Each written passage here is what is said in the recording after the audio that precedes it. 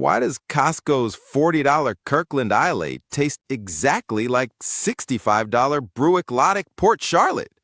This ranking of 11 Scotches under $35 exposes the industry's dirtiest secret about retailer-exclusive bottlings and distillery overproduction. The answer involves Rémy Cointreau's Desperation and Costco's 14% markup versus industry's 50%. Agree or disagree? Let me know below and hit subscribe to stay in the loop. 11.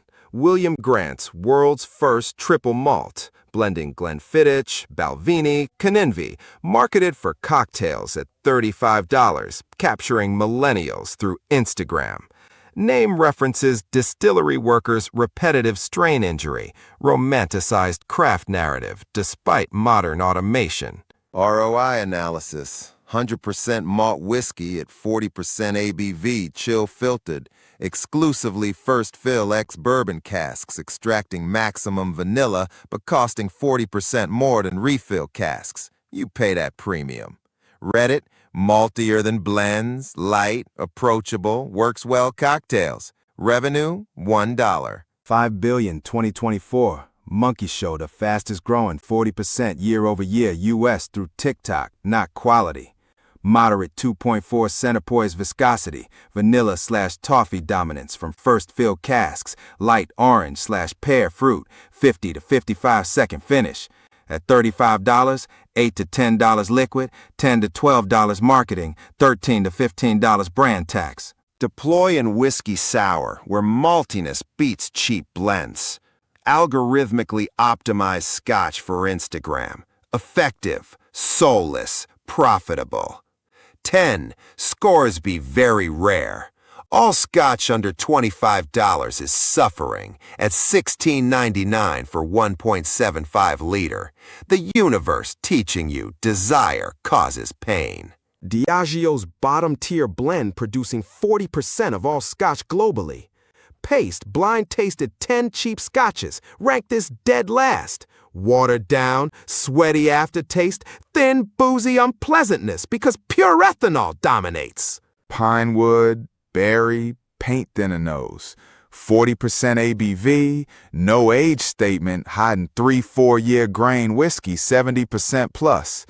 Diageo Scotch sales dropped double digits fiscal 2024. Products like this train consumers to expect mediocrity. The liberation, accepting Scoresby's existential emptiness, frees you to appreciate anything better. Serve with Coke where it belongs. 9. Old Smuggler, William Grant's budget offering from Jervin Grain Distillery. Same parent as Glenfiddich, proven even premium producers dump cheap blends. Paste ranked at 9, so mild that pure ethanol is major flavor driver, never good in cheap Scotch. Industrial column stills running 24/7 produce grain whiskey at 94% ABV, blend with 10 to 15% malt for legal compliance, chill filtered at 0 to 5 degrees Celsius, proof to exactly 40% minimum. Piney wood, berry, harsh booziness, paint thinner nose.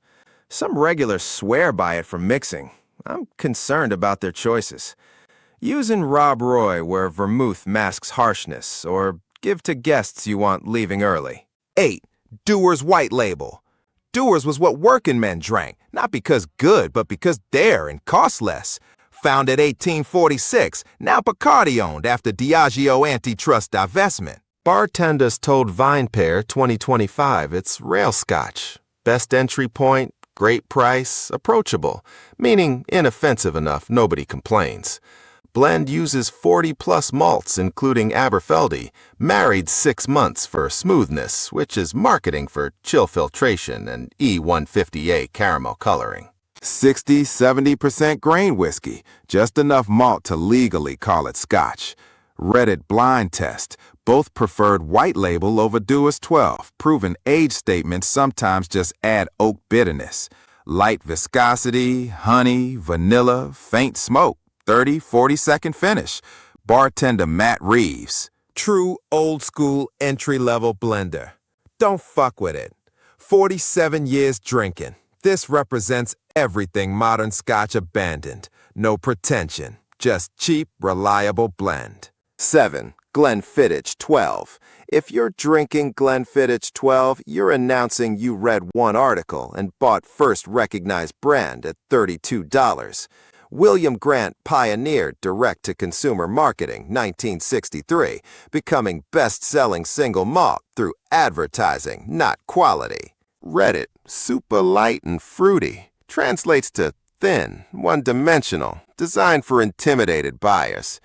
Triangular copper pot stills produce 68% ABV spirit, matured ex-bourbon with ex-sherry for color, chill-filtered and E150A caramel-colored because natural variation is forbidden. Campaign for Real Whiskey challenges E150A making whiskey look older, potentially dulling flavors. Revenue, $1.5 billion 2024, but selling brand recognition, not superior liquid.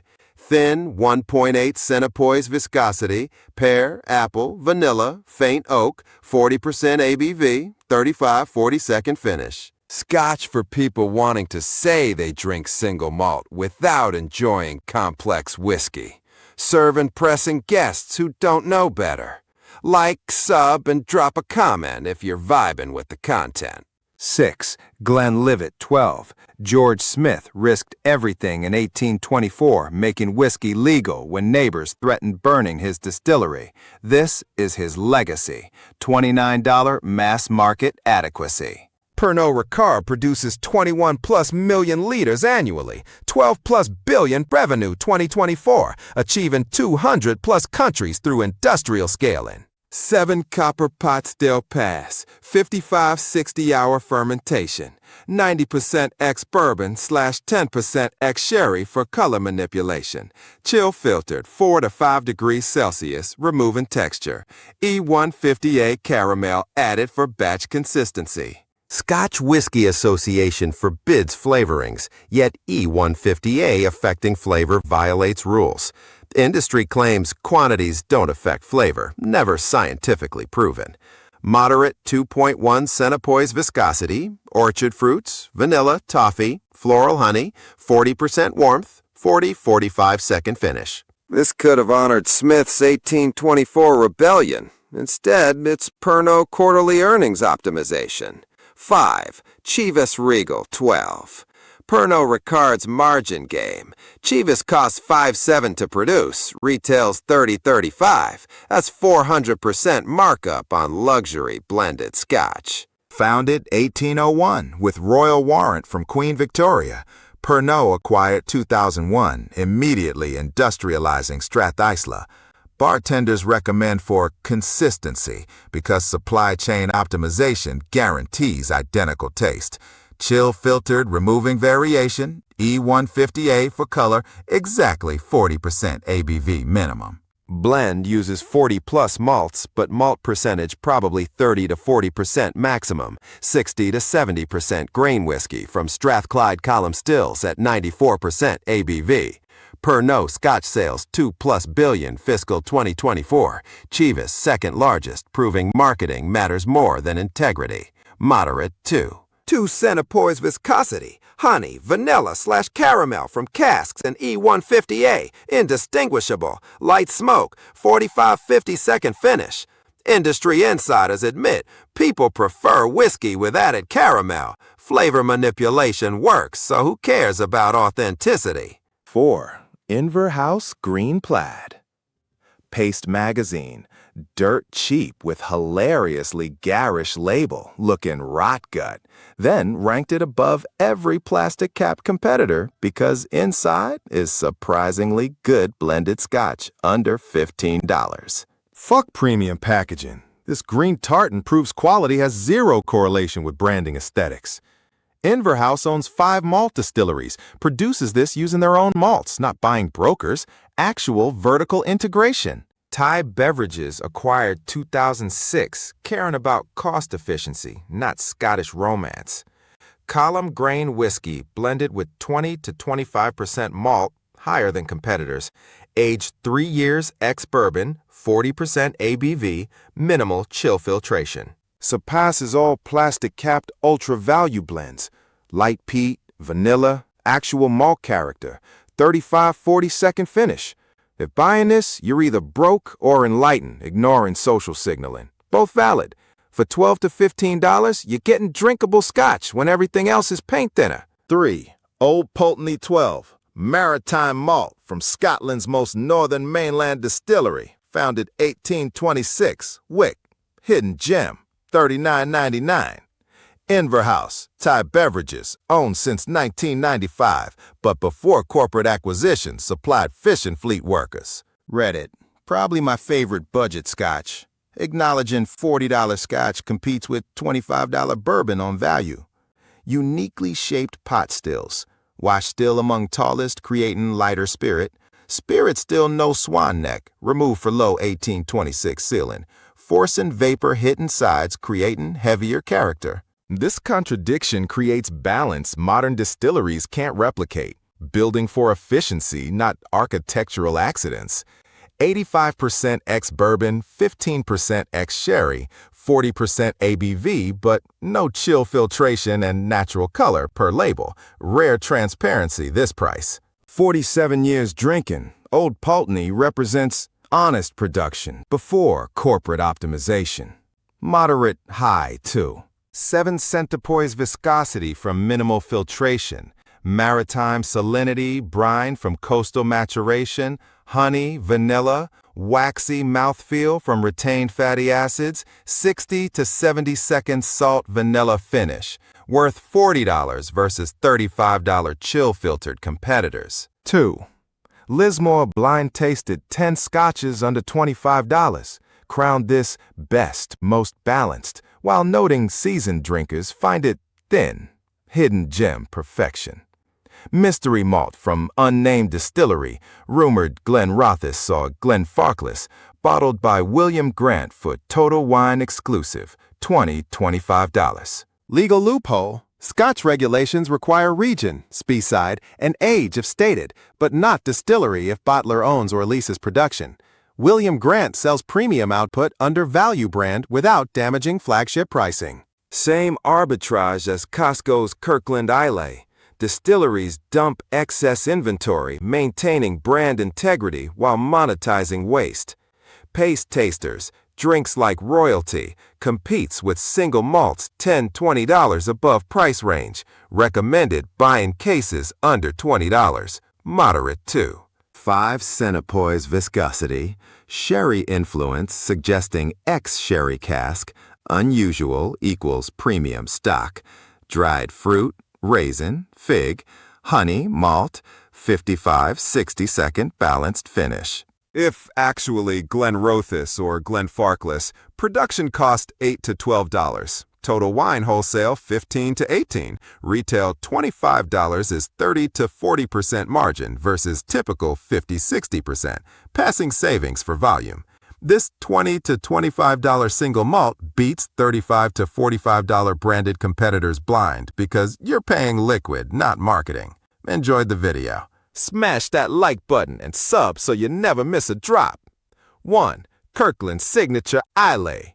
Reddit exploded 2023, claiming Costco's $39.99 Kirkland Islay tastes identical to Bruichladdich Port Charlotte, $65. Not overly phenolic, good smoke to mark balance, excellent quality sub 40. The conspiracy. Diageo controls Lagavulin, Cal Lila, Port Allen maltings on Islay, creating monopoly, dominating 60% distribution. Independent Bruichladdich, Rémy Cointreau since 2012, produces heavily peated Port Charlotte.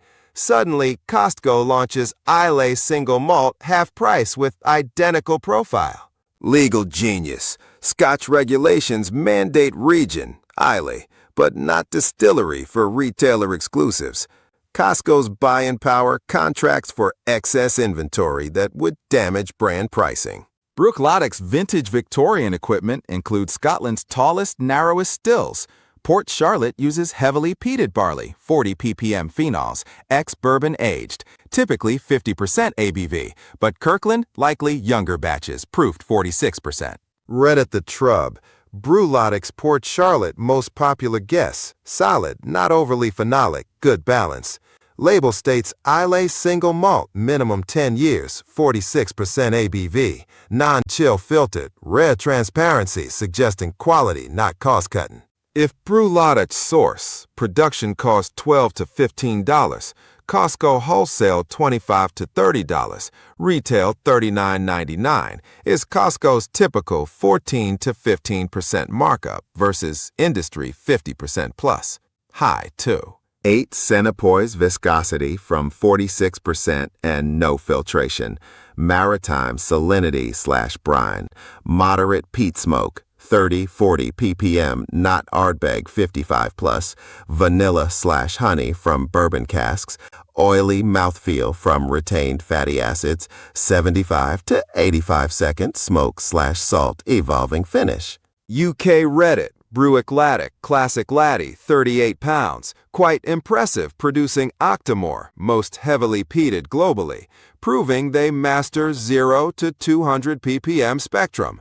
Costco proved you don't need brand marketing or heritage storytelling, just transparent pricing and legitimate liquid. Dieo's Islay monopoly, Bruichladdich overproduction, Costco's retail disruption, Scotch industry's opaque pricing converge in this $40 bottle tasting like $65 Port Charlotte. Not accident, arbitrage. This is Scotch's future. Transparent production, fair pricing, quality over mythology. Corporations screaming while consumers win.